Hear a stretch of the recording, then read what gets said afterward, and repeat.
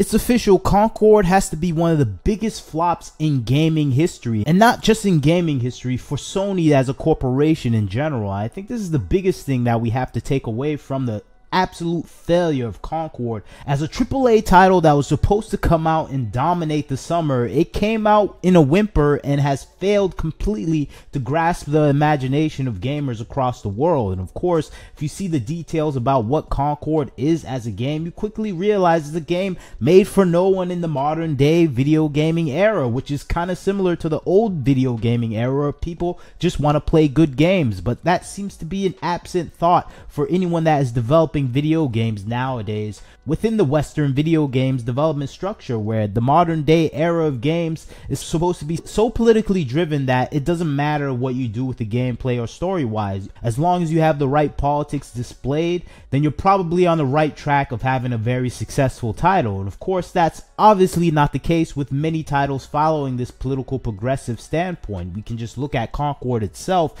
being the preeminent failure in the video gaming industry for a game title that is so dependent on its overall political progressivism when it comes to designs and its overall gender, racial stereotypes that it puts out on display. And it tried to ride those activist points towards success, but of course, what it got in exchange is a $200 million failure, and that seems to be what anyone is talking about with this game, where it barely scratched the surface of selling over 25,000 copies. And I guarantee you a lot of those copies were wholesale and probably forced out to retail outlets like GameSpot and other stores, where they had to make a general purchase for these real physical live discs of this game for PS5. And I think that's probably worldwide 25,000 copies have been sold.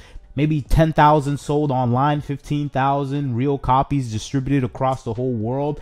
That is adding up to a little under $1 million in purchase profit for this game. And I think this is the thing that we're seeing now being displayed, an absolute failure for Sony that is going to hang up the company and whatever success it has for the past year or so, because it did have quite a few successful titles that have come out and supported the console itself. Just right now, you have Black Myth Wukong that sold over 10 million copies and made over $700 million. But of course, that's not a Sony studio. They just have console exclusivity rights for it on PS5. It's still making the majority of its money on PC, but still, you can tout that as a big success. It has Stellar Blade for now, which was another uncommon success for the company itself, and it is going back to the games that are doing the exact opposite of what Concord is doing. And you wonder, is Sony gonna ever look at itself and wonder why this game failed Concord? Because it's doing the opposite of everything of what the successful games that are associated with them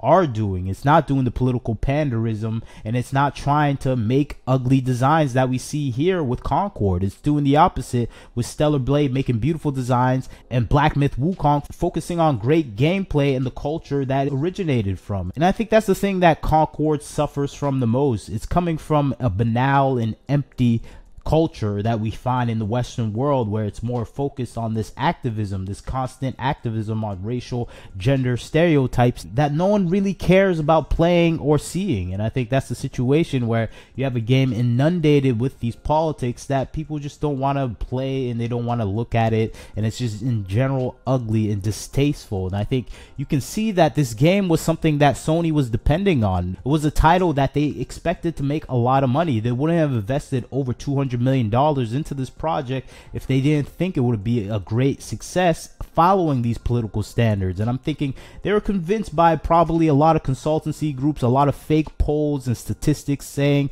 that you need diversity because that's the future of success in gaming, and they took that to heart. And them taking that to heart is taking them to the cleaners right now, where they're losing over $200 million, over 8 years of development on a game that just no one wants to play. And it's just bold-faced true that no one wants to play this game. You can just look at the numbers where it's barely having 58 people playing the game. That's a little bit maximum of 5 games running concurrently with around 15 to 12 players playing. And I think that's the situation we're seeing right now, where no one is really trying to play these games that are so hit up on being so modern day era politically divisive. And I think that's the case with Concord, and Concord seems to be realizing that's the case, and maybe Sony's seeming to be realizing that's the case, because they remove all the LGBTQ tags and political tags that were posted on this title in Steam. They removed them because they realized, oh, no one really cares about these political activist stance that we took in this game. No one wants to play this game at all, and they're pushed off by the idea of us making a political stance. And I think that's the situation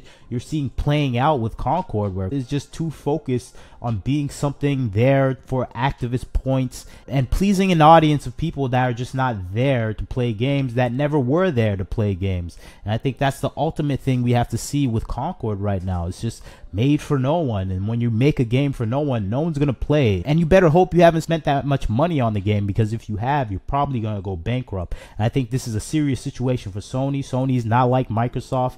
Microsoft has so much money coming in from other avenues where it doesn't have to be concerned about what's happening with their video games division. They can lose hundreds of $millions here or there. They're making all their money in Microsoft Azure, cloud, all these other things, that it doesn't matter if they lose money in the gaming division. But for Sony, it does matter if they lose money in the gaming division. That's why we have so much PR campaigns for this game from games journalists that share the ideology of this game, where they're trying to get the gamers to give this a chance, and the gamers are not listening. We're not giving them a chance. Sony's putting out every single studio under their belt promoting this game, and they're still barely mustering up 50 players to play this game. With so much defense happening for this game, you expect to at least see 500 people playing, but you're still coming in and it's only barely 30 people, 50 people playing. It just shows that even the people defending this game are not playing this game. And I think that's the craziest thing that we're seeing nowadays, that no one really cares about this game, and it's failing at such a surprisingly staggering rate that it's probably shocking Sony to its core, because they put so much money into this game.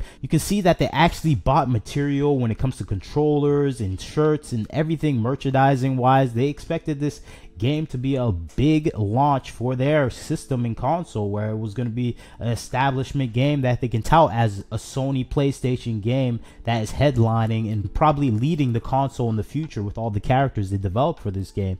And that's not the case. No one's playing this game, no one's buying the merchandise, and I think they're probably even losing more money since they spent money on merchandising and all this PR and advertisement. So for me, it's not only them losing $200 million, they may have lost up to $300-400 million with this game, and they're doing everything they can to save it. And it's not helping at all that this game is just a terrible game at its core, in essence. And it just goes back where you have to look at some other games that just know what they're doing. When you look at First Descendant, you compare the First Descendant designs with some of their new character outfits and looks, and you compare it to Concord, where the character looks like a green plant or a mummy or something. It just doesn't have any appealing designs, because that's the full point of political activism nowadays, where everything has to be made ugly and unappealing to anyone that wants to look at something attractive. And I think when you have that philosophy, that's not the philosophy you need to make an attractive game for gamers. And I think it is playing out right now, where everyone's just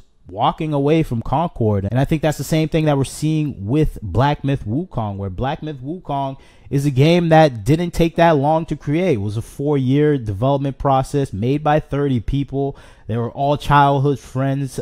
It sold over 15 million copies worldwide, and it's almost at $1 billion profit. And you compare that to Concord, 8 years development, over $150 million in a budget spent, and plus 25,000 copies sold, probably under 10,000 actually sold online to real people that want to try out the game. And I think this is the thing that we're seeing the difference right now between games that are being made for the gamers and the games that are not being made. We have one of the biggest games in history with Black Myth Wukong, and we have one of the biggest flops in history in Concord. And it's just playing out in such a beautiful way for the gamers that have been supporting real gaming. And I think this dichotomy between these two titles is just showing that, yeah, you have to listen to the gamers if you want to have success. And if you don't listen to them, you listen to these political activists like the people leading Firewalk Studios that wanted to inject their extreme politics and demanded unvaccinated people be fired and wanted their pronouns to be stated before every conversation. If you follow these people and you're looking for a successful game, that's not what you're going to get. You're going to get the perfect advertisement for some political activist cause.